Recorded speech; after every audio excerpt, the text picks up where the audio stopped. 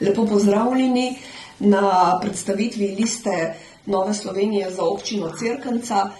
Imamo 16 kandidatk in kandidatov in seveda v naši sredi lepo pozdravljam tudi nekdanjega ministra, poslanskega kolega Jerneja Vrtovca, ki je seveda bil močno vpet v politiko ali pa nastajanje infrastrukturne politike za naše kraje in seveda hkrati se zahvaljujem vsem kandidatkom in kandidatom, da so danes prišli in da bojo seveda predstavili tudi, zakaj se bojo zavzemali v prihodnjem 4-letnem mandatu.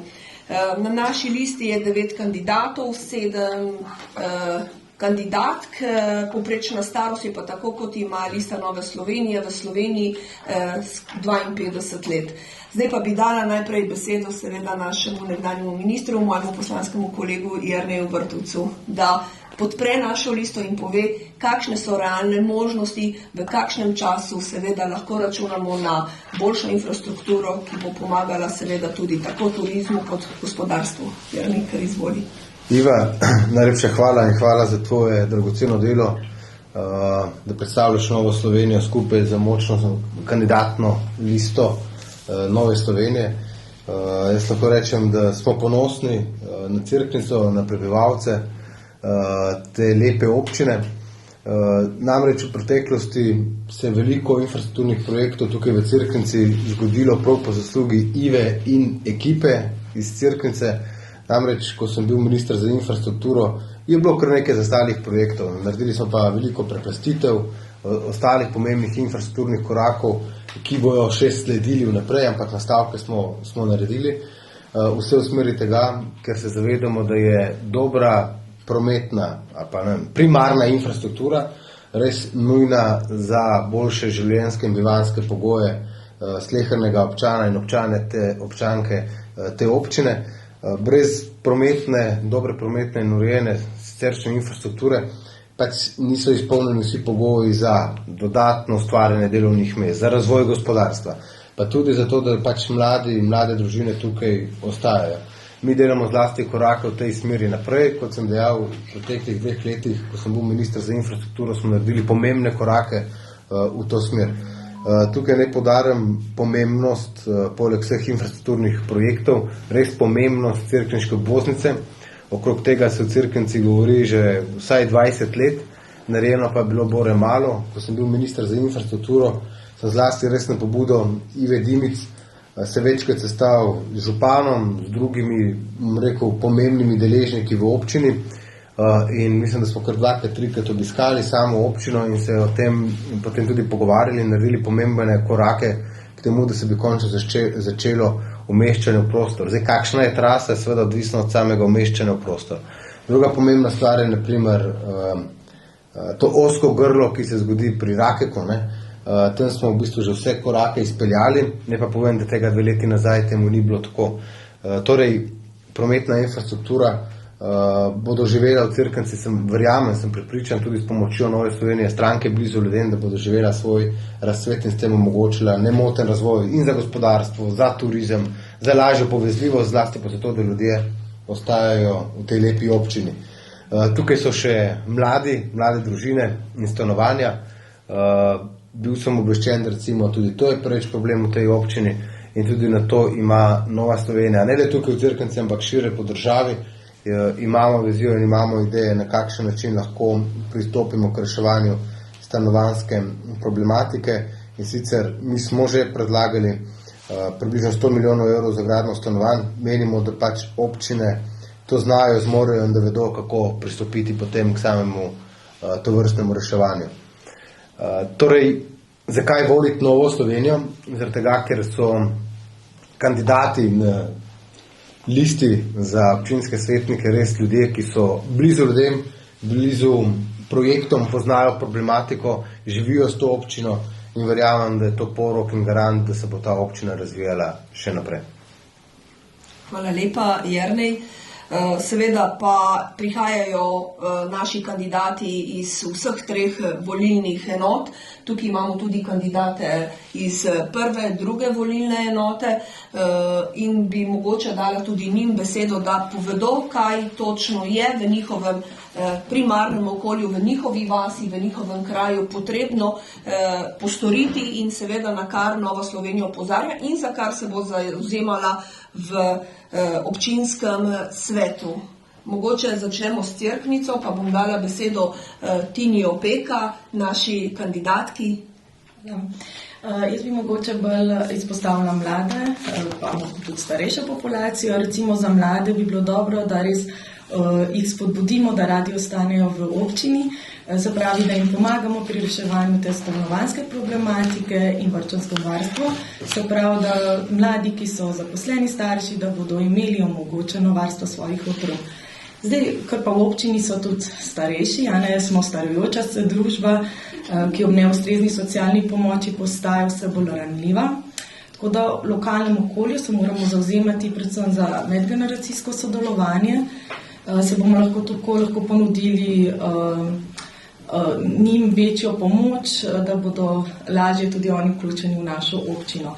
Se pravi, pomembno je, da mlade in starejše opolnomočimo, da bodo znali sami reševati in zmogli reševati te življenjske situacije, ko so, to pa bomo le tako, da bomo jim omogočili, da bodo imeli zadovoljene življenjske potrebe, se pravi te osnovne, kot so stanovanja, dostopnost do zdravstva in tudi infrastrukturo, kar se tiče, kar je bilo že omenjeno, tudi ceste in varne prehode. Hvala lepa. Tina, seveda iz krajevne skupnosti Rakek, lahko rečem, ali pa iz druge volilne enote, z nami so trije kandidati, Marjan Badnu, Tomaž Zalar pa Lojz Puntar, ampak besedo dajem pa Marjanu Badnuju. Najstarejšemu. Ja.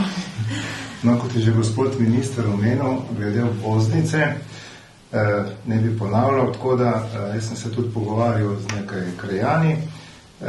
Ideja pred obvoznico bi bilo krožišče na Uncu, kar bi bilo tudi rešitev nekaterih zagad, potem peš pot od Unca do Rakeka ob Lipah, potem tudi nekaj storiti za starejše krajane in pa tudi mlajše, mogoče proučiti možnost ureditve krajevne ambulante, razširitev ali novogradnjo vrtca, ugotoviti in načrtovati nakupa gradbenih parcel za mlade družine. Posebno skrb bi bilo potrebno izpostaviti za Rakov Škocjan, kaj ponuja Rakov Škocjan, urediti en avtokamp ali pa več manjših avtokampov, pojavljajo se v turistični sezoni prav zagate in po pogovoru z krajani gozdarji ti ljudje in avtokamperi parkirajo vse posodne, od gozdnih poti, površin, ki so nekako zaščitene, ki so privatne, skratka ta problem treba urediti. Sam sem bil tudi bivši predsednik krajevne skupnosti, odnosno odbora. Pogrešali smo malo večje sodelovanje in vpliv krajanov z občino, tudi predlagamo vsaj enkrat na leto skupno sejo z odborom in vsemi svetniki in s krajani, ki pač predstavljajo neko celovitost v okviru krajevne skupnosti. Potem določiti ali pa preučiti možnost objekta stare osnovne šole. Ideje so tudi, da bi bila trgovina in pa bivšega sodišča. Tudi tam bi bilo treba določiti, kaj bi bilo pač potrebno narediti. In pa še problem vodovodnega omrežja v Ivanjem selu, na Uncu, na Rakeku in pa internetna povezava v Ivanjem selu. To bi bilo na kratko. Hvala lepa. Mogoče še kakšen drug od kandidatov, dve besedi. Ja. Izvoli, Lojz Puntar. Ja, hvala za besedo. Jaz prihajam iz Ivanjega sela, iz krajevne skupnosti Rakek, prav tako kot je gospod Badnu dejal, se tudi sami že vrsto let zavzemamo v občinskem svetu za ureditev vodovoda v Ivanjem selu, vendar smo prišli nedolgo nazaj z županom do sklepa, da bi se v naslednjem letu vendarle uredila vodovodna infrastruktura Obenem verjetno bi tudi se uredila kanalizacija in napeljala tale cevi za optiko. Na UMC-u tudi je potrebno še urediti več stvari glede pločnika, niso vse urejeni še pločniki ob teh pomembnih poteh. Parkirišče je že precej, pri avtocesti je že precej majhno, bi bilo potrebno razširitev oziroma najti na novo lokacijo za to parkirišče.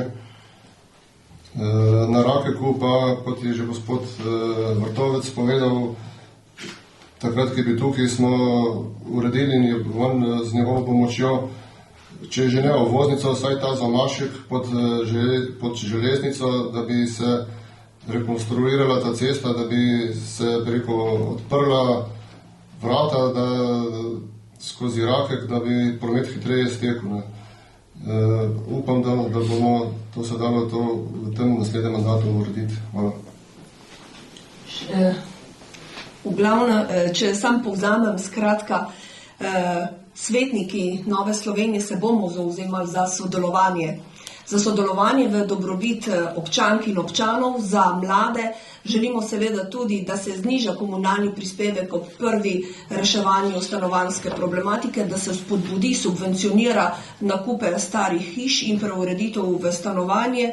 Želimo, da se vzpostavi tudi brezplačna pravna pomoč za vse občane, ki naj bi bila organizirana na sami občini in bi ljudje tako lažje prišli na svet ali tudi po pravno pomoč. Tako bi občina odprla svoja vrata za občane in seveda si želimo, da nas podprete, ker naš program deluje za ljudi, za sodelovanje in seveda za razvoj občine Cerknica. Pričakujemo seveda in si želimo vaše podpore. Gospod Vrtovec, še zadnja misel. Ja, zato, ker verjamemo v občino in v to, da je lahko občina tista, ki lahko zagotavlja res bistvene bivanjske življenjske pogoje za slehernega posameznika, ki tukaj živi, je v programu Nove Slovenije en zelo pomemben del, in sicer pridobivanje gradbenih dovoljenj.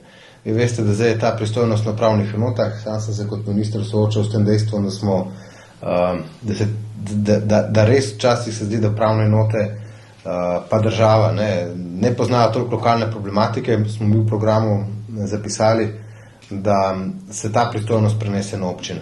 In tudi verjamem, da v Cerknici bi se marsikakšno gradbeno dovoljenje prej pridobilo, če bi ga pridobivala občina, kot pa naprimer upravna enota. To je en bistven element, ki ga želim poudariti za zaključek današnje predstavitve kandidatov, zlasti v luči infrastrukturnih projektov, ki so jih kandidati za svetnike, pa tudi sam tukaj v občini prej izpostavili.